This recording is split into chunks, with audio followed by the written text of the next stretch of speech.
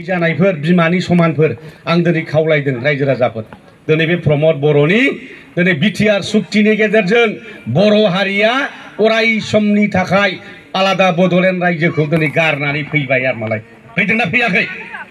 गारनानै फैबाय माब्रै गारनानै फैदों बिथांमोननि जेनाखि सुक्ति बे सुक्तियाव लिरदों प्रिएम्बल जायखौ बुङो खुगाफोरनाय बेवहाय लिरदों This is the final and comprehensive solution to their demand होननानै मोनसे लाइन मोनसे लिरनानै गारबोदों आरो मालाय comprehensive final and comprehensive solution माखौ होनो जेलानाखि मोनसे खामानिया मावजोबनानै जोबबाय नङा होमबा नोङो माने दाउ मासे गोदादों दाउ मासे गोदाखांबाय नोङो माने दै गुदुंजों सुबाय एसे सावसेमबाय नङा होमबा गोदाखांबाय बिबु थिबु माबानानै आरामसे दोनैबाय फाइनाल एन्ड कम्प्रिहेन्सिभ जाबाय आरो रायजो मोननांगौनि थाखाय दिनै बेसेबांबा गोबाव बोसोर पिटिसिपिनिफ्राय आन्दलन खालामनानै दिनै एबसु बड'फा उपेन्द्रनाथ ब्रह्म दिनैहाय हाग्रामा महिलारि सार आरो दिनै बे प्रमद बर' बिथांमोना आन्दलन खालाम जुजिबोनाया दिनैहाय बिटिआर सुक्तिनि गेजेरजों दिनै अराय समनि थाखाय बे बड'लेण्ड रायजोआ दिनै नांला होनना लिरना गारबोबाय आरो मालाय बे जाथिनि थाखाय मोजां जाबायसो बे जाथिनि थाखाय जे आन्दलनखौ दिनै बड'फा उपेन्द्रनाथ ब्रह्मआ नोंथांमोननि बे फटबजरानि बासबारिनिफ्राय आरम्भ खालामदोंमोन दिनै बे जारिमिना मा जाहैखो रायजो राजाफोर दिनै बड'फानि मान सन्मान बड'फानि आदर्श नीति दिनै बेखौ दिनै प्रमद बर'आ धंस खालामदोंना खालामाखै बुथारदोंना बुथाराखै रायजो राजाफोर बुथारदोंना बुथाराखै दिनै बिदिनो सेस खालामबोदों आरो रायजो राजा नोंथांमोन दिनै प्रमद बर'नि बे बिटिआर सुक्तिया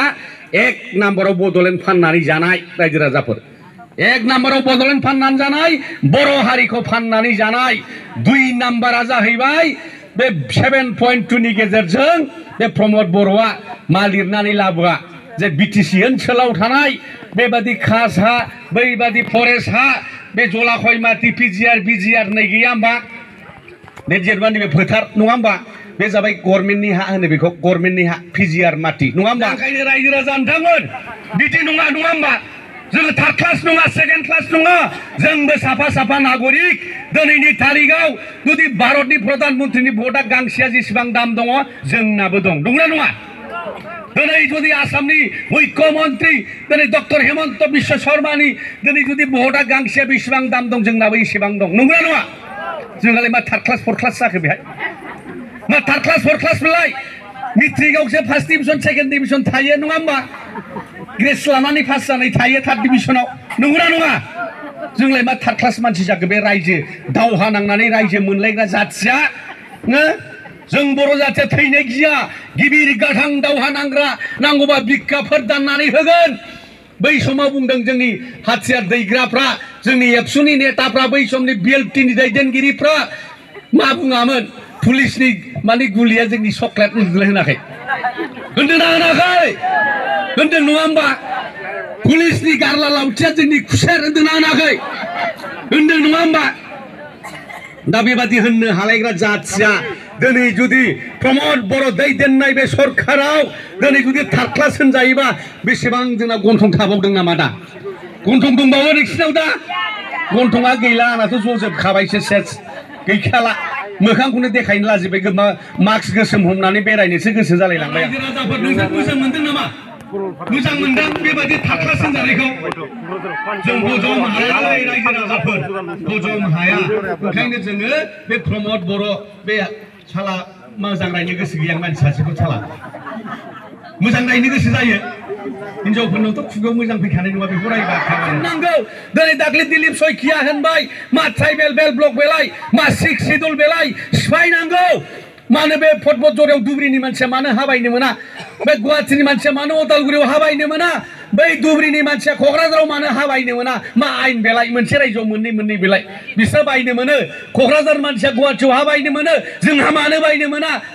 आइनासो थिनदों नङा होमबा जों ट्राइबेल मानसि जों बर' मानसि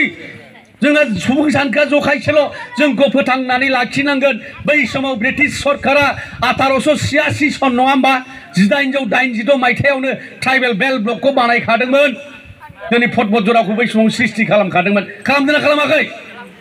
दा दिनै बे हाखौनो दिनै बै माखासे मानसिफ्रा दिनै प्रमद बर'खौ दिनै दुरबल नुनानै दिनै रोङैखौ नुनानै बिथांनि जे गोहैलो आखुखौ नुनानै दिनै बिथांमोना बे जोंनि हाखौ सेनानै लाबोफिननो नागिरदों आरो मालाय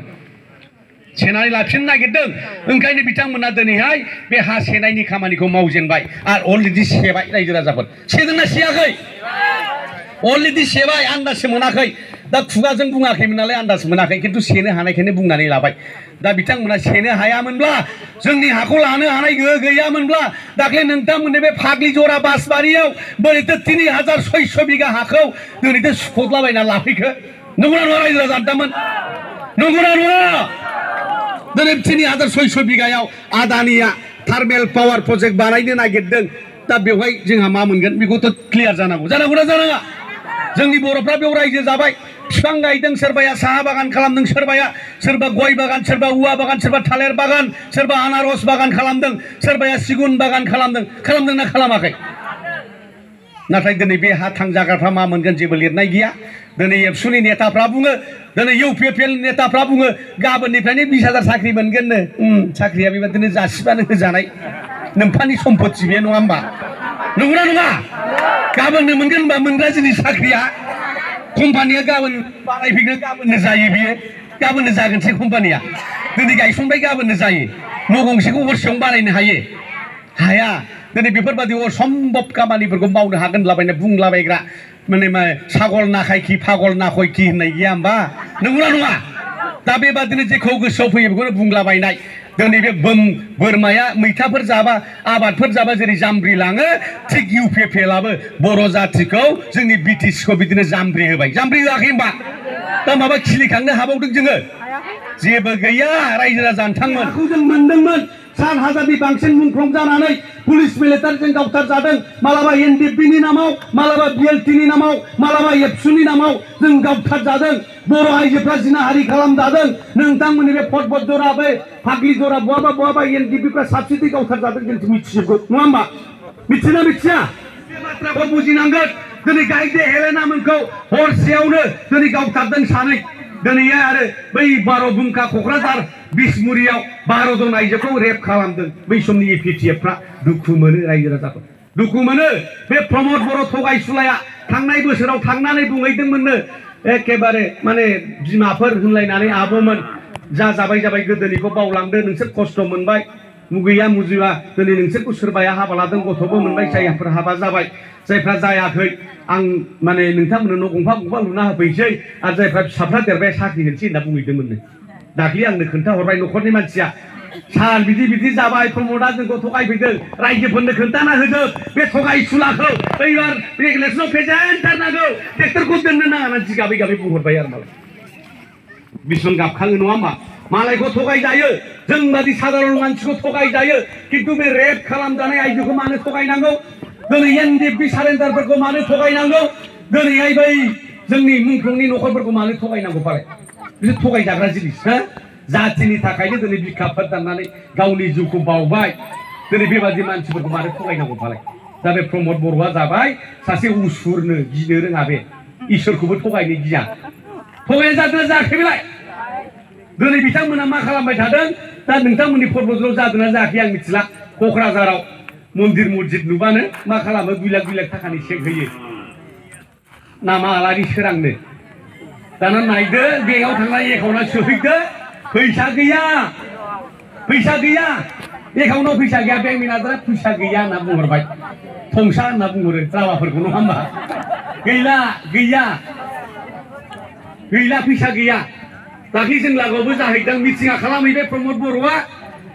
बे गामिनि महिला समितिनो 2 लाख सेंग्राफोरनो क्लाबाव 2 लाख थाखा होना फैबाय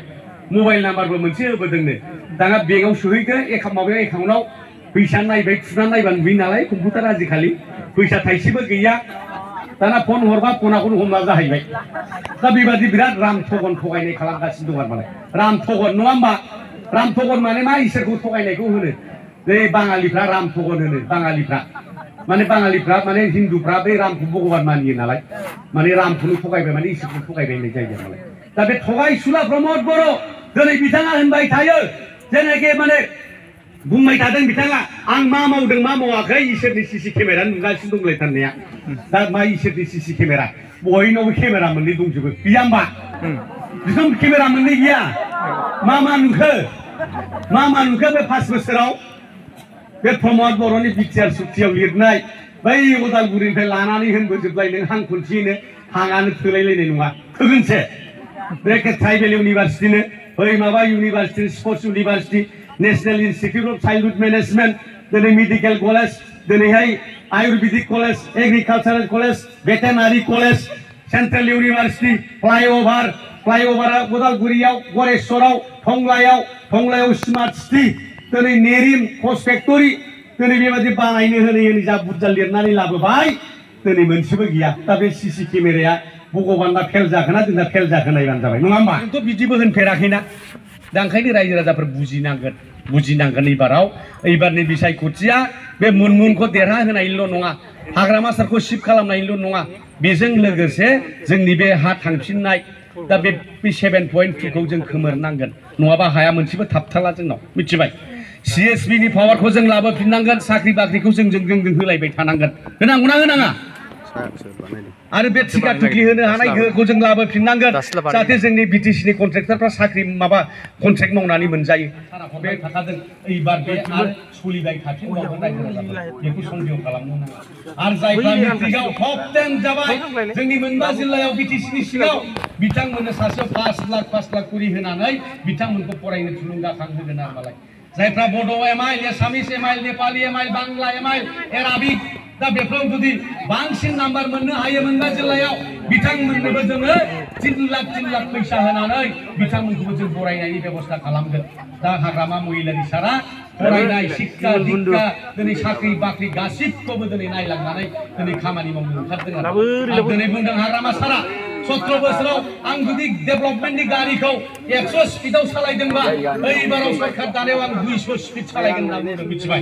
एबाराव थांनाय बाराव जोङो 1000 किल'मिटार लामा बानायगोन एबाराव जोङो 3000 किल'मिटार लामा बानायगोन थांनाय बाराव जोङो 2000 ता इरिगेशन बानायगोन एबाराव 5000 ता इरिगेशन बानायगोन थांनाय बाराव जोङो 3000 ता खालभार्ट बानायगोन एबाराव जों 6000 ता खालभार्ट बानायगोन बे रायजो राजाफोर थांनाय बाराव हाग्रामा महिला सारा 50,000 साख्रि होदों एबाराव जों हयथ' 50,000 साख्रि होनांगोन होनांगौना होनाङा होनांगौ नङा होमबा आरो मोनसे मोजां खौरां जोंनि माबा बिदा फंबायफोर जोंनि सेंग्रा सिख्लाफोर BTC आव 25,000 ता साख्रि ओंखारनो थांगासिनो दङ हाग्रामा महिलारि सारा दिनैहाय बै 2004 सननिफ्राय साख्रि होबोनाय बे दिनै 2030 आव रिटायार जानो थांजोबगासिनो दङ रिटायार जागोन माने गोदान सोनांगौना सोनाङा दा बेवहाय जोंनि सेंग्रा सिख्लाफ्रा साख्रि मोननांगौना मोना मोननांगौ नङा होमबा दा ओंखायनो जों हाग्रामा सारखौ बुंदों जों मालाबा आगदा आखि रायलायनायाव थाफाबाय थायो नालाय डिसिजन लानायाव सार एबाराव साख्रिया खालि BTC नि सेंग्रा सिख्लाफोरनोल' होनांगौलै फार्स्ट ग्रेडनिफ्राय थार्ड फर्थ ग्रेडसिम मालायनिखौ होनो मोना प्रमद बर' बादि 10,000 साख्रि फाननानै जानो मोनालै नोंनो बे अखेलै जाम्बाफोर होनना बुंदों आरोखि नोंसिनि थाखायनो बारायनांगोन दा ओंखायनो जों दिनै फोसावदों रायजो राजाफोर एबाराव BTC आव खालि BTC नि सेंग्रा सिख्लाफोरनि थाखाय साख्रिया 100% रिजार्भेसन जागोन नांगौना नाङालै नांगौना 100% रिजार्भेसन जानांगौ जेसेबां टिका टुकलि ओंखारो बेबो 100% BTC नि मानसि जानांगौ जानांगौना जानाङा जेसेबां माने साप्लाय सुप्लाय ओंखारो BTC नि 100% जानांगौ जानांगौना जानाङा गासिबो जाजोबनांगौ रायजो राजा दा बेखौनो जों मावनो नागिरदों दा ओंखायनो दिनै रायजो राजाफ्रा जोंनो आशीर्बाद हरनांगोन मदद हरनांगोन दिनै नुखाथारबाय UPPL देरहाला नोंसिनि हिसाबाव माबायदि नुदों UPPL खौ देरहागोन नुदों नामा ट्रेक्टरखौ देरहागोन बादि नुदों नामा रायजो राजाफोर पामसार जाखाबाय नङा होमबा पामसार जाखाबायसो नङा होमबा जय BPF नि जय BPF नि जय BPF नि जय मुनमुन ब्रह्मनि जय मुनमुन ब्रह्मनि जय मुनमुन ब्रह्मनि जय हाग्रामानि गोजोन्थों थेंक इउ खुलुमबाय